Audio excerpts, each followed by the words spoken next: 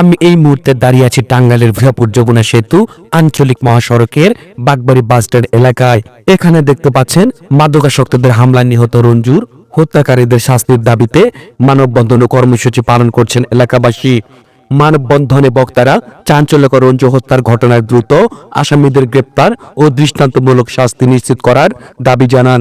এর আগে টাঙ্গাইলের বাসাইল উপজেলার কাশিল গ্রামের মাদকাসক্ত ফরিদ খানকে তার পরিবার চিকিৎসার জন্য টাঙ্গাইলের 20 মাদকাসক্ত নিরাময় কেন্দ্রে যোগাযোগ করে লিখিত শর্ত সাপেক্ষে গত 22 মার্চ মাদকাসক্ত নিরাময় কেন্দ্রের কর্মচারী রঞ্জু সহ কয়েকজন উপজেলার কাশিল এলাকায় মাদকাসক্ত ফরিদকে আনতে গেলে তাদের উপর হামলা চালানো হয়।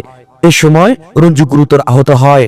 তাকে প্রথমে টাঙ্গাইল মেডিকেল হাসপাতালে, পরে ঢাকার একটি বেসরকারি হাসপাতালে নেওয়া হয়। পরে 23 মার্চ বিকেলে তার মৃত্যু হয়। এ ঘটনায় নিহতের স্ত্রী নুরি বাদী হয়ে 6 জনকে আসামি করে বাসাইল থানায় মামলা দায়ের করেন। সুপ্রিয় দর্শক, আমরা কথা বলবো 20 মাদকাসক্ত নিরাময় কেন্দ্রের চেয়ারম্যান তপন খন্দকারের সাথে। 20 মাদকাসক্ত চিকিৎসা কেন্দ্রের পরিচালক হিসাবে রঞ্জু ছিল সৎনিষ্ঠ কর্মঠ একজন মানুষ।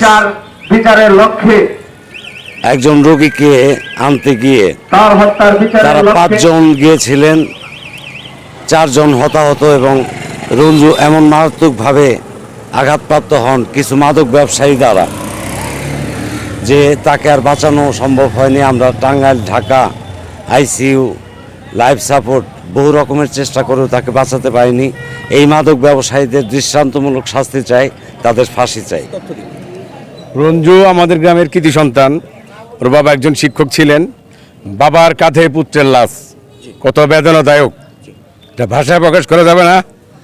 এটা সুষ্ঠু তদন্তের স্বার্থে এবং সুষ্ঠু বিচার লগ্নে আমরা এই মানববন্ধন আশা করছি প্রশাসন দৃষ্টিগোচর করছি।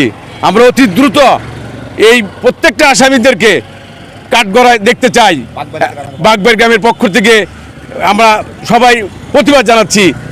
এই প্রতিবাদের মাধ্যমে টাঙ্গাইল জেলা প্রশাসনকে আমরা জানাতে চাই অতি দ্রুত ঈদের পরে বৃহৎ আন্দোলনের আগেই অতি দ্রুত আমাদের প্রশাসন যেন প্রত্যেকটা আসামিকে অ্যারেস্ট করে বাবার আত্মা যেন শান্তি পায় সে লগ্নে সুদৃষ্টি আকর্ষণ করার জন্য বিনীতভাবে অনুরোধ করছি।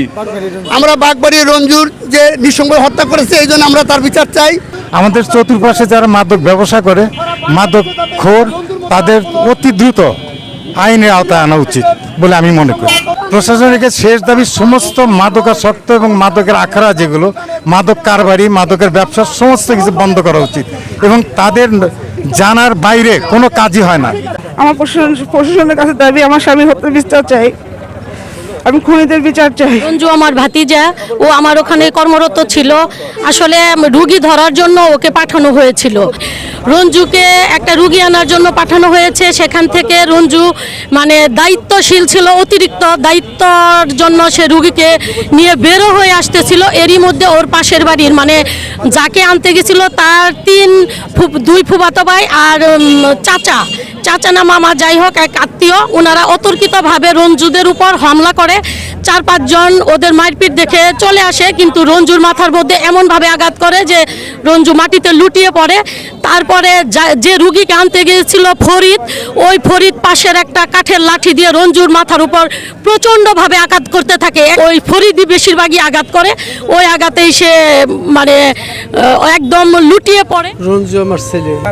শত শত লোক রাস্তায় দাঁড়িয়েছে, আপনার দাবি কি? আমার দাবি খুব দ্রুত এই খুনিদের গ্রেপ্তার করে তাদেরকে সর্বোচ্চ শাস্তি, ফাঁসিতে ঝুলে মৃত্যুদণ্ড দেওয়া, এটাই আমার এই কামনা। প্রশাসন এই ব্যবস্থা তাড়াতাড়ি করুক, যে তাড়াতাড়ি খুব শীঘ্রই তাদেরকে গ্রেপ্তার করে এই ফাঁসি কার্যকর করুক।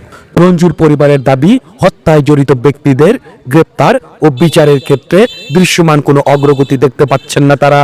মোহাম্মদ সোহেল, সময়ের কাগজ নিউজ, টাঙ্গাইল।